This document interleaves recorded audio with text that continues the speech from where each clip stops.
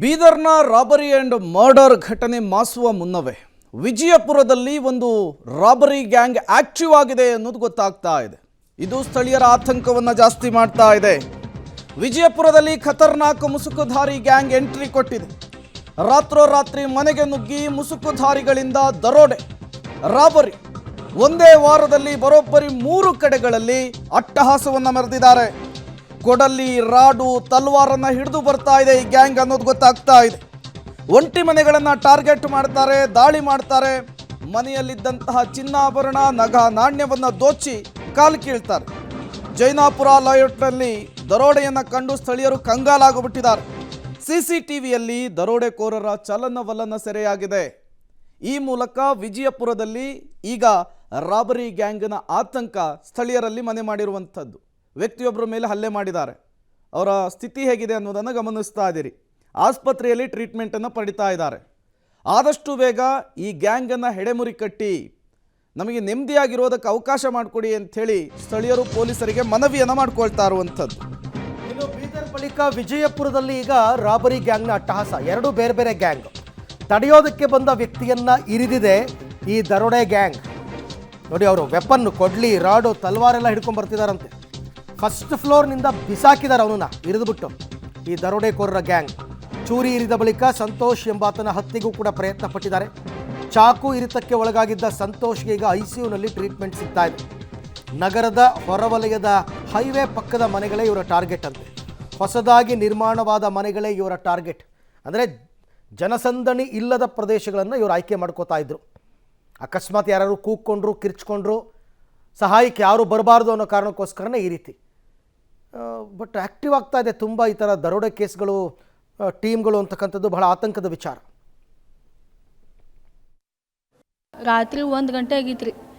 1ಕ್ಕೆ ಚಪ್ಪಲ್ ಸೌಂಡ್ ಬರಕತ್ತನ. ನಮ್ಮ ಮನೆಯವ್ರು ಎದ್ದು ಕಿಟಕಿಯಾಗ ನೋಡ್ಯಾರಿ, ಏನೋ ಸೌಂಡ್ ಬರಕತ್ತೈತ. ಇಬ್ರು ಕಂಡಾರಿ. ಕಾಣನ ಬಾಕಲ್ ಬಲ್ಲಿ ಹೋಗಿ ನಿಂತಾರಿ. ಇವರು ನಿಂದ್ರನ ಅವರು ಒದೇನ ಒಂದೇ ಏಟಿಗೆ ಅದು ಬಾಕಲ್ ತೆಗೆದುಬಿಟ್ಟೈತ್ರಿ.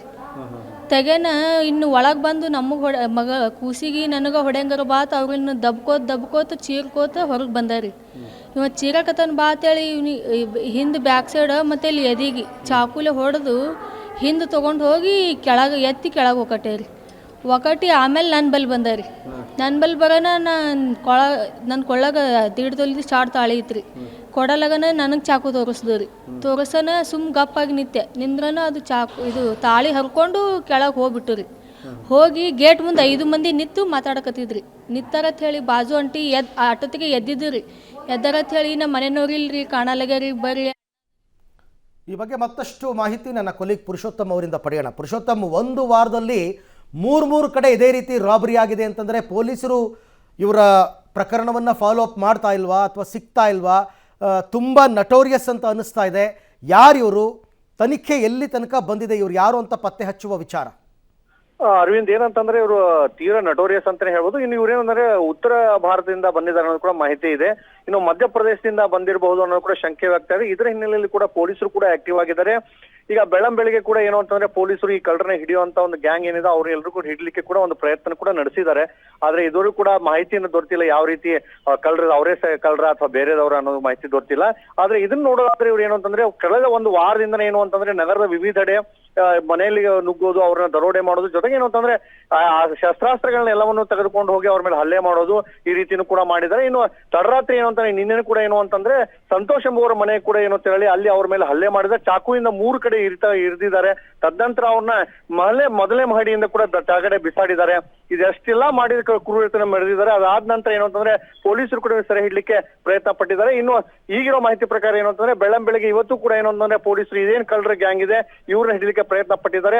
ಅದರಲ್ಲಿ ಕೆಲವರಿಗೆ ಒಬ್ಬನಿಗೆ ಏನೋ ಒಂದು ಗುಂಡಿನ ಕೂಡ ತಾಗಲಿದೆ ಅನ್ನೋದ್ರ ಕೂಡ ಮಾಹಿತಿ ಇದೆ. ಆದ್ರೆ ಇದರ ಸ್ಪಷ್ಟತೆ ಏನೇನಿದೆ ಇದನ್ನ SP ಅವರು ಸ್ಪಷ್ಟಪಡಿಸಬೇಕಾಗಿದೆ. Arvind, right, thank you Purushottam ತಮ್ಮ ಎಲ್ಲ ಮಾಹಿತಿಗಾಗಿ. ಈಗ ಉತ್ತರ ಭಾರತದಿಂದ, ಈ ಬೀದರ್ನಲ್ಲೂ ಉತ್ತರ ಭಾರತದವ್ರೆ ಅಂತ ಅನ್ನಿಸ್ತಾ ಇದೆ ನನಗೇನೋ, ಅಥವಾ ಇಲ್ಲಿ ಬಿಜಾಪುರದಲ್ಲಿ ಆ್ಯಕ್ಟಿವ್ ಆಗಿರ್ತಕ್ಕಂಥದ್ದು ಉತ್ತರ ಭಾರತದವರು.